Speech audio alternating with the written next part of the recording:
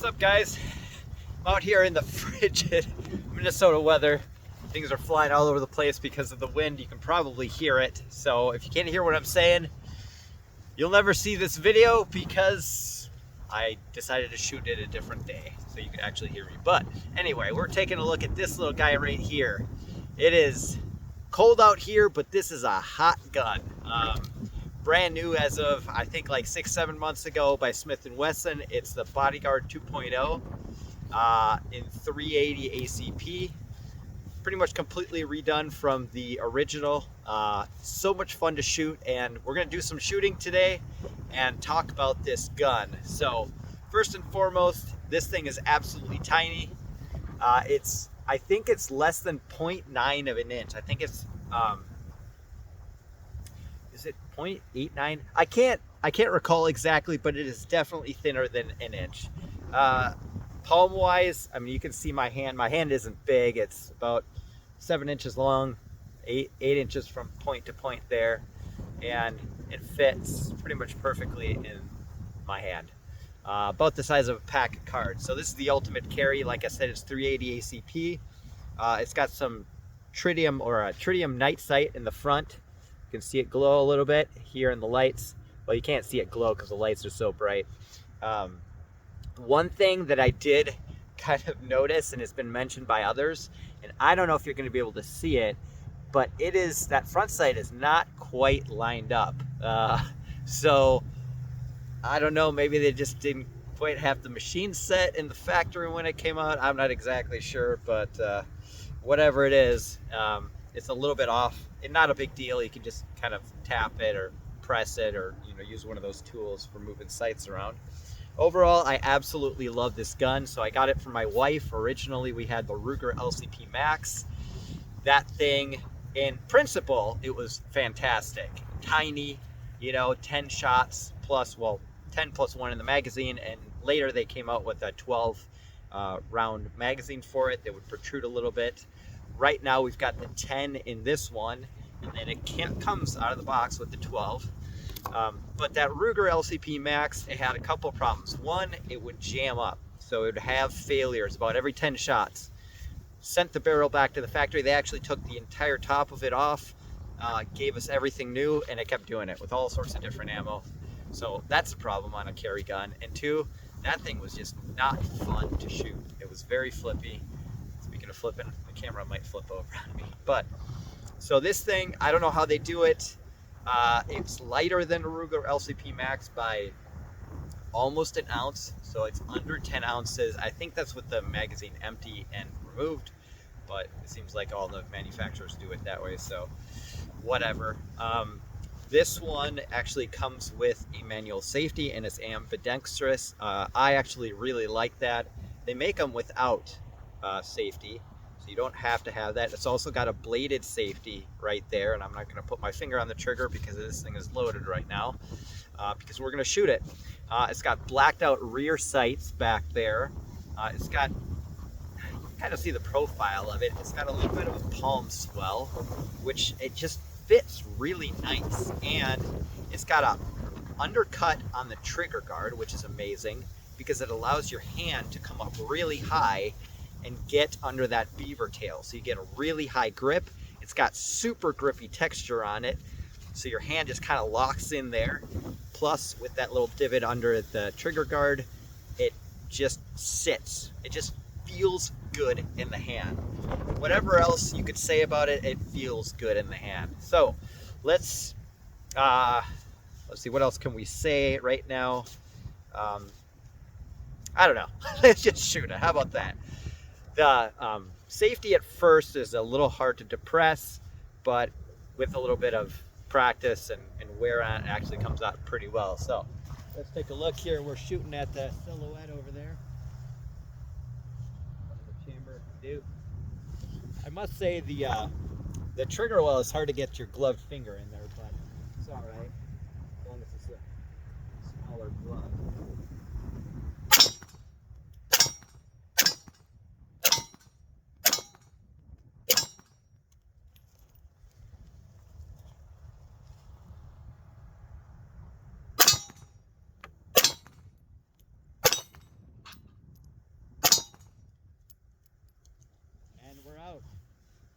So, as you can see here, kind of all over the map, a little bit left, and I'm not sure if that's me or if it's the sight. Actually, let's take a look at the sight. So, which side is it leaning towards?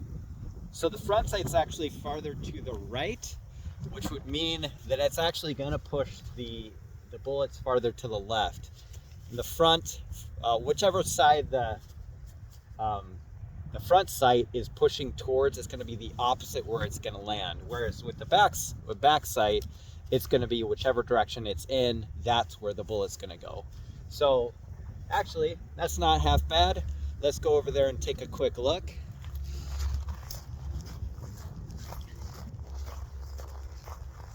So we hit one right there, low down.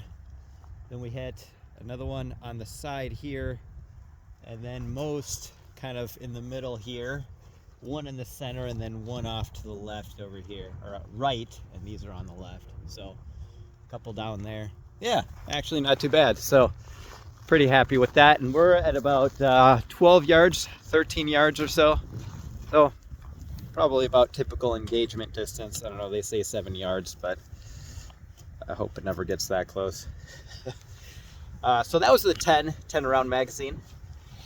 One thing with the magazines with Smith & Wesson, I have the Shield as well, the 9mm, the Shield Plus, and by golly, it is hard to fill those up to the max. And when you do, if you have the slide all the way down, it is pretty hard to get the magazine in, rather. Oh my gosh, my gloves are going everywhere. Stuff's flying everywhere. It is so windy. So, dropping it down, let's do a little bit more shooting. We got the 12, so with the 12, it definitely protrudes down and allows me to get my full hand on there. So let's go this way. See, all the way down there. Safety is on both sides. It's really hard to activate that safety with the gloves on. It's actually not bad to get it off though. The trigger on this thing is sweet. I mean, by comparison to the Ruger, it's night and day. I don't even know what to say about it. We'll play with it in a second after shooting these rounds, and we'll load it back up and do some more. So let's take a look here and fire away. Maybe we'll do some plays. Let's do some plays.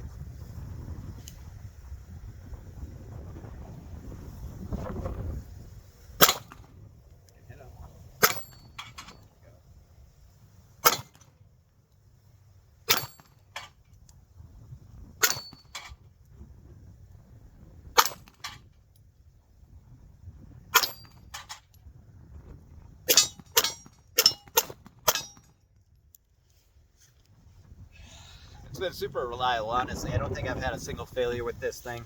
So let's play around with that trigger now that it's empty. I think Smith & Wesson fashion, sometimes that slide release is a little hard to press, but actually a little bit of take up, short take up, and really, really soft trigger. Reset on it. Let's drop that magazine out of this thing.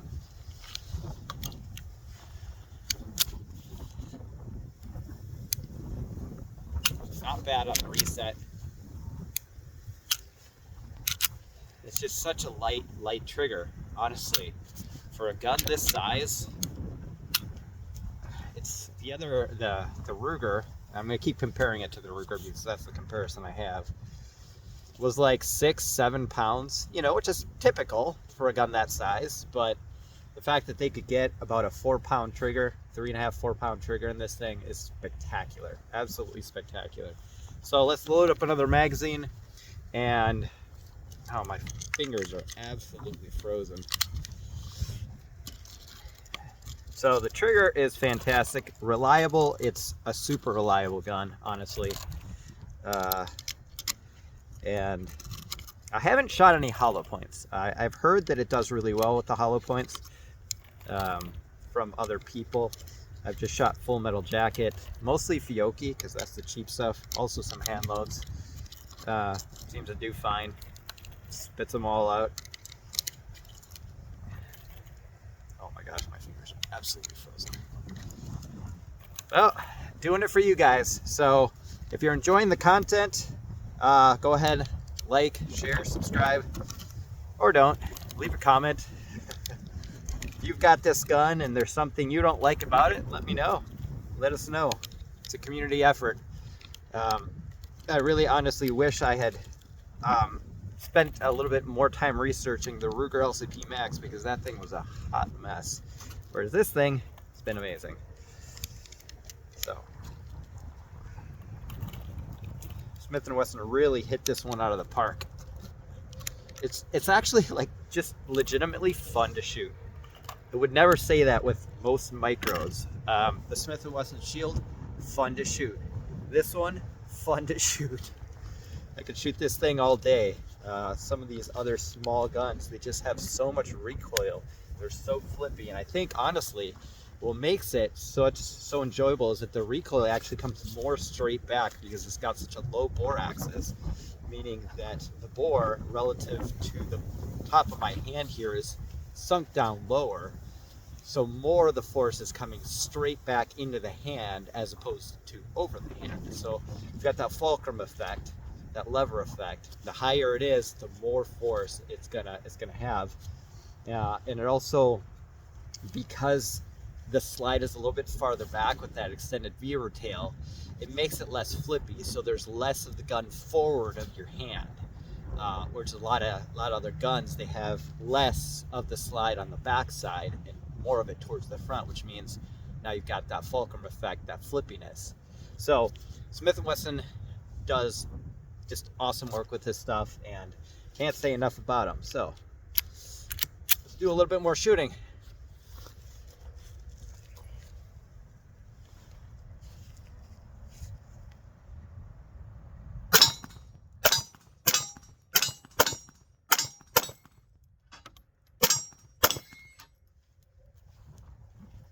I'm not a particularly good shooter. I get to shoot, once a month or so, and 12 yards with a tiny gun, hitting the center, shooting fast, at least fast for me.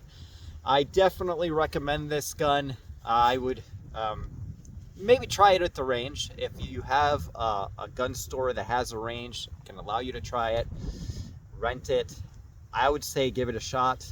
It's wonderful for females, smaller body, want to conceal it carrying a purse, don't like the heavy weight of maybe a 9mm. Might only be 7-8 ounces difference between this and like a 365, but that adds up. It does add up, and the width of it is just so thin. It's seriously like a pack of cards or a thick pack of gum. It's so tiny. My wife loves this gun. Yours might as well. And you know what? I'm thinking of buying one just for me, because compared to the Shield, this thing is so tiny and so much easier to carry. Also, if you have an LCP Max and you want to get rid of that one, or an LCP2, this thing actually has holster compatibility. So I'm using the LCP Max holster, and this thing fits in there. Now, it's not a perfect match, so it doesn't lock in as tight as the Max did. I would recommend getting the holster for it, but if you have them, you can use them. Eventually I'll get one for this one specifically, but don't have it right now. So anyway, thank you so much for watching. I really hope the wind allows you to hear me. We'll see in the editing process. Actually, I don't edit. Who am I kidding? Anyway, God bless you. Have a wonderful week, and yeah, we'll see you next time. Take care.